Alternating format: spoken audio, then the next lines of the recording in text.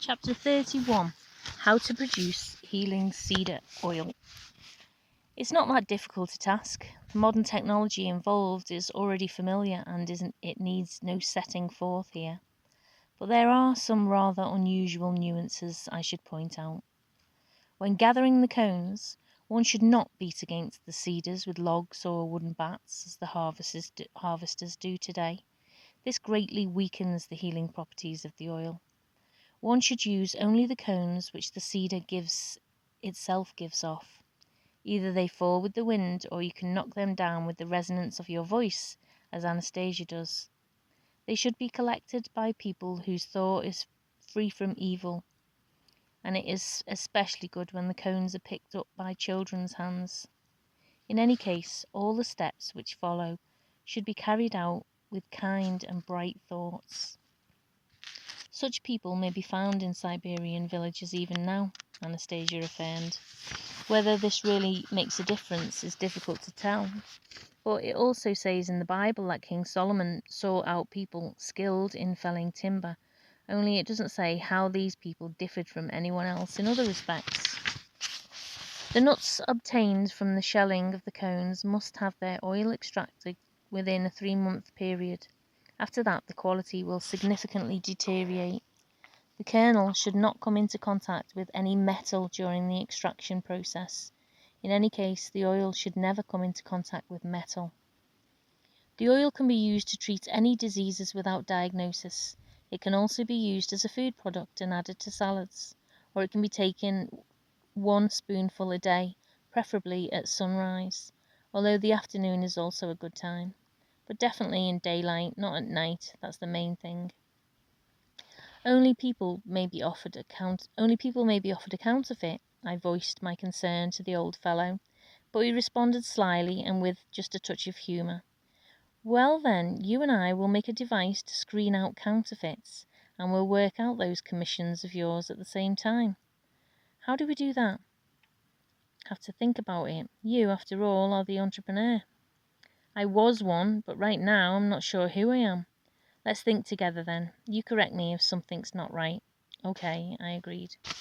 The final product should be tested with measuring instruments by competent technicians, doctors, scientists, in a word, professionals. That's right, they can issue certificates. But instruments can't catch everything. A taste test will also be needed. Possibly tasters determine the quality of wine, for example. There's no substitute for that. But the wine testers are acutely aware of the taste of different vintages. They have a superb sense for both fragrance and taste. But who will be tasting the oil? You can check it. And just how am I supposed to do that? I've only tasted the usual sort of oil. When we made it ourselves, we didn't follow the technological procedures Anastasia recommended. Besides, I'm a smoker. For 3 days before checking the oil quality, you should abstain from smoking and alcohol, and don't eat meats or fats. And you shouldn't talk with anyone for those 3 days. Then you can check it and determine with the taste whether it is good or an imitation. And what do I compare it with? With this. Whereupon the old fellow put his hand into his canvas bag and drew out a small hollow stick approximately 2 fingers in width. Another stick protruded from one end like a cork. This is genuine oil. Once you've tasted it, you won't mistake it for anything else. But first, let me rid you of what has built up in you from smoking and other quirky habits. How are you going to get rid of it? The way Anastasia did? Yes, more or less. And she said that only one who loves is capable of eliminating ailments in a loved one with the ray of love, and of warming his body, so that even his feet start perspiring. With the ray of love, quite correct. But you cannot love me, not the way she does. But I love my granddaughter. Let's try it. Go ahead. The oldster screwed up his eyes and began fixing an unblinking gaze on me.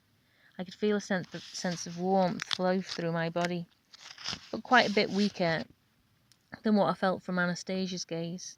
Nothing happened, but he still kept trying, to the point where his arms were trembling, and I could feel a little more warming in my body, but only a little. Still, the old fellow didn't give up, and I waited, and all at once my feet broke out into a sweat, after which a feeling of freshness permeated my head along with fragrances. I could feel the fragrances in the air. "Ah, we've succeeded," he said, warily, leaning against the back of the bench. "Now give me your hand." He opened the stick cork, and from the hollow stick poured the cedar oil onto the palm of my hand. I licked it off with my tongue. The warmth spread across my palate and through my mouth, and I suddenly caught a whiff of the cedar, and it was indeed hard to mistake for anything else. "Think you'll remember it now?" asked Anastasia's grandfather. "I'll remember. What's so hard about that? I ate potatoes once at a monastery. I remembered that for ages. 27 years later, I still remembered the taste. Only how will people know that it has been checked, that it is a genuine cedar nut oil? Right now, it's too expensive on the market for just 1 gram of the raw oil. Diluted with something, they charge 30,000 rupees, which is about $6. I saw it myself. It's packaged as an import. With prices like that, it's all too tempting to sell fakes. You're right, money's the master of ceremonies at the moment. We'll have to think of something. You see, a dead end. Anastasia said that this money can be turned into a good purpose, Anastasia, grandfather observed. Let's think of something along that line. They've been trying to work out for some time now, for example, how to guarantee the quality of vodka against limitations. But they've changed the labels and corks. They've come up with excise labels, but all to no avail. There were imitations on the market before, and there still are, what with photocopiers and all. Any label can easily be copied. What about money, Vladimir? Can it be copied too? Money? That's more difficult to fake. So let's stick money on the back of our bottles, like labels, so that these snivelling bits of paper can actually do some good for once. What do you mean, stick money on bottles? What kind of nonsense is that? Give me a banknote, please. Any banknote. I gave him 1,000-ruble note. Well then, it's quite clear. You take the note and cut it in half. Stick one half on the box or something else. The other half you hide away in a file. You'll think of a suitable place and put it in a safety deposit box at your bank. You see, on each half of the note there are identical numbers, and so anyone wanting to confirm the authenticity of the oil can simply verify the number. Well, Gramps, I thought to myself, you've got a good head on your shoulders. And out loud I said, there's no better defense against imitations. Way to go. He laughed, still laughing. He added, so give me a percentage too. Come on, cough it up. A percentage? What kind of percentage? How much do you want? I want everything just to be right, said the old fellow, all at once serious again. Then he added, Besides the 3%, take an additional 1% in kind as oil already packaged and offer it for free to whoever you feel you should. Let that be a gift to people from you and me. Right, I'll do it. You've already thought of everything to a T. Way to go. To a T? That means Nastenka will be very happy for us. And my father still thinks I'm lazy. So you think I've done a good job? Of course you have. And we both had another good laugh. And I added, Tell Anastasia I say you would make an excellent entrepreneur. You mean it? Certainly. You could become one of those new Russians, and a great one too. I'll tell her. And the fact that you're telling everyone about the cedar nut oil, I'll pass that along too. No regrets? What is there to regret? It would be a tiresome process anyway. I'll dash off the 3rd book as I promised, and then I'll get going with my business again, trade or something else, something normal. End of chapter 31. Chapter 32. Title. I don't know what to call it. Whoever can, come up with the title yourselves. So you'll have to think of one for the end when I say end of chapter 32, alright guys? Mm-hmm. I decided to tell Anastasia's grandfather about my new assistants. A lot of articles are now being written about Anastasia. She's being talked about in both academic and religious circles. One production team, made up of very religious and considerate people offered me a great deal to grant them, in return for payment, the exclusive right to interpret and comment on Anastasia's sayings in the mass media. I agreed. And for what amount, Vladimir, did you agree to sell them, Anastasia?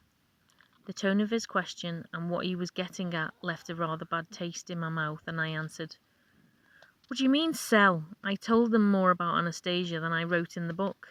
I told religious people so that they could offer their exclusive comments, as well as their explanations of what she said. They want to meet with her. They're even ready to finance an expedition." I agreed. What's wrong with that? The old fellow didn't respond immediately. Since no reply was forthcoming, I added, "They offered me money for an exclusive right. That's the way we do things. People offer services for money. They will earn even more from their publications." The oldster lowered his head and remained silent for a while. Then, as if thinking things over aloud, he said, "So, you in your enterprising way sold Anastasia, and they, assuming themselves to be the most religious and competent people in the world, decided to buy her. Well, that's a pretty strange way of putting it. So when it comes down to it, what did I do wrong? Tell me, Vladimir, did it ever enter your head or the heads of those religious people to think of asking, finding out or realizing just who Anastasia herself wished to talk to and when and how? And do people in your world go visiting without so much as an advance request to the host? I don't recall her asking anybody to visit her. If she doesn't want to talk with them, she doesn't have to. She didn't sign any deal. But you did. She is ready to share what she knows with everyone. But it is her right to determine how she's going to do this. And if she's chosen to set it forth in a book and with your expression, who has the right to dictate or demand another? She made the choice herself, but somebody wants to change that, and the reason behind the effort to alter her choice is clear. She will not talk with people who put themselves ahead of everyone else, with people whose self-righteousness she knows will distort, overturn, and adjust to their own way of thinking the truth she holds sacred. Why paint such a dark picture ahead of time? These people are interested in many different teachings. They're very religious. Is it they who have determined that they are the most religious of all? Religious self-righteousness is the apex of the most deadly of sins, pride. I began to be overwhelmed with an inexplicable sense of anger at myself. I had not yet received payment for the deal, and so I was able to break it. And shortly afterward, not seeing anything amiss, I signed another deal with one of the religious centres for the exclusive right to my own interviews. Once again, I was taken in by their considerate attitude and the religious knowledge they displayed, especially since this deal concerned me alone, and I could do with myself what I pleased. But once again, both they and I fell into a trap, and once again it turned out that I had indirectly sold Anastasia, and they had bought her. And this time it was not Anastasia's grandfather, but a Moscow woman journalist who, after reading the new agreement, flustered, "Boy, how stupid can you get? You've sold Anastasia real cheap. Take a closer look and see what the fine print says. You've signed over the right to others, an exclusive right to exploit and use as they see fit over the most powerful information channel there is, everything you said relating to Anastasia. You've denied yourself the right even to question their opinion, no matter what it is. To what degree that's true, it's hard to say. Maybe I'd better cite a few of the points of the agreement here. 1. Subject to agreement. 1.1. The author gives exclusive rights to all videotaping of himself, as well as to the use of any other video materials connected directly or indirectly to the production of Anastasia television programs, hereinafter referred to as programs. The above-mentioned transfer of rights to the contractor extends to all countries of the world. 1.2. The contractor undertakes at his own expense to prepare one copy each of 3 programs of between 30 and 40 minutes each on a professional Betacam recorder. 1.3. By mutual agreement between author and contractor, any interaction between video or film studios, television, including cable TV, as well as the shooting of any video on any equipment, as well as the use of video materials on the given subject, is to be effected only and exclusively by the contractor.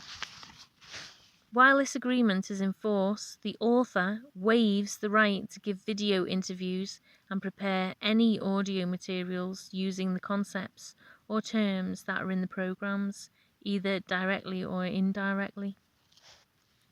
After analysing all the events connected with the writing, publication and distribution of the Anastasia book, I came to the conclusion that people who call themselves strongly religious have a dark side which they themselves fear, and thus keep trying to assure others and persuade them of their religiosity.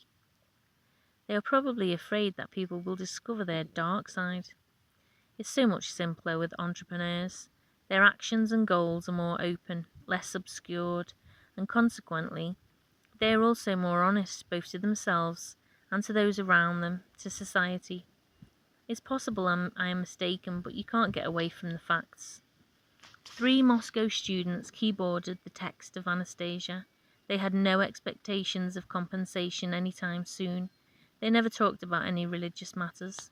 The book was published by the manager of Moscow Print Shop No. 11, a retired officer by the name of Gennady Vladimirovich Grutsia, at his own expense. The print run was small, and there wasn't even a thought of breaking even. Grutsia, an entrepreneur, never talked of religious matters either. The next run was paid for by the business manager of the Moscow Publishers Clearance House, Yuri Anatolyevich Nikitin. But then it turned out he wasn't dealing in books at the time. He gave me the greater part of the print run to sell. He set no deadline for getting a return on his investment, and he, too, never talked about religious matters. And then the religious people began putting in their 2 cents worth, and a print run of 45,000 was released by an underground press.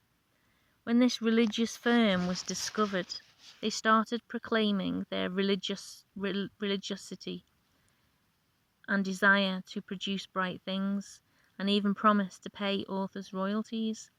They still keep promising that. And that's not the only case. Religious people generally seem to be very neglectful of accounts, especially when they're the ones who owe money. As to the transfer of exclusive rights, I have decided to make it clear on the pages of this book. I shall no longer give exclusive rights for the interpretation of Anastasia's sayings to anybody, and if anybody challenges me on that, let people know that I have not given anything voluntarily. Why do I say voluntarily? The Moscow journalist who helped me break the contract soon became the target of anonymous threats. Who made them? What do they want? What kind of religion do they profess? They support their religion by extortion. Well, I know what the extortion racket is all about. After all, there are human beings there too. And I want to warn them. Be extra careful around religious people. And before getting into anything, consider calmly and carefully where these religious people are taking you. There's more. In the first book, I wrote that I had invited Anastasia to come to Moscow herself and appear on RTV, but she refused. I couldn't understand why at the time, but now it's clear to me what she foresaw. Even after the book came out, there have been many interpretations of what she said, many quite different interpretations. Some are interesting, some are controversial, but among others, one could clearly trace the desire on the part of certain people to interpret her in a manner that would serve their own interests. So you think you alone have the right to talk with her? You don't understand everything. You don't understand everything. Let others speak with her. More will come out of it. But she is not an object to hand over to someone. She is man, and she herself has the right to decide how she will act, whom she will speak with, and what she will say. Now it's become clearer than ever that Anastasia is really being subjected to attack by a visible and invisible throng of dark forces in the guises of fanatics and self-seekers. Back in the first book, I quoted Anastasia as saying, "I know what a terrible mass of dark forces will descend upon me. I am not afraid of them. I will succeed in raising my son. I will succeed in seeing my plan come true. And people will be carried across the dark forces window of time." In Anastasia's world, they instruct their children up to 11 years of age. In other words, she has at least another 10 years she can hold out. "And then what?" I asked her grandfather. "Is she bound to perish?" "It's hard to say," the old fellow answered. "They all died quite a bit earlier compared to her, and more than once she has embarked on a journey foretelling physical death. But each time, at the last moment, the law has flared up. Forgotten, it may be, but it is still strong enough to overrule anything else. It has illuminated the essence of the truth about earthly existence, and it has caused life to remain in her earthly body." The old man fell silent, and once again, preoccupied in thought, began tracing some sort of symbols on the ground with a stick. I too began thinking, wondering how on earth I got myself involved in a situation like this. But the thing was, I couldn't very well walk away from it now. It might have been possible earlier, but not now, because of the child. Anastasia had given birth to a son. Even though she'd rather devote herself to caring for the child and raising him, she is not going to abandon her dream to carry people across the dark forces window of time. And she will not, because she's really very stubborn. Someone like her will not walk away. And who will help her, naive as she is, if she should renege on my promise? She's got nobody left. She'd go to pieces. And that's something that should not happen to a nursing mother. She's got to finish her breastfeeding at the very least. And so I asked her grandfather, "Is there anything I can do for Anastasia?" "Try to figure out, for a start, what she's talking about and what she wants. Then aimless wandering will give way to understanding, and a wave of warmth will cheer the heart, and over the world will be unfurled a new dawn." "Can you make it any more specific?" I asked. It's hard for me to formulate it in any more specific way. The whole important thing is sincerity in all. So start by doing what is dictated by your heart and soul. She told me about a particular Russian provincial town, I remarked. Said something about it possibly becoming richer than Jerusalem or Rome, because all around there are many sacred sites of our forebears. Sites more significant than the temples at Jerusalem. Only the local people do not have sufficient conscious awareness to discern them. I want to go there and change their conscious awareness. That's not something that can be done quickly, Vladimir. Well, you see, I didn't know it couldn't be done, and so I promised Anastasia, and there must be some way of bringing about a change. Since you didn't know it couldn't be done, you shall change it indeed. More power to you. And now it's time for me to go. I'll see you off. Don't waste your time. No need to see me off. Think about what you have to do. The old fellow got up and offered me his hand.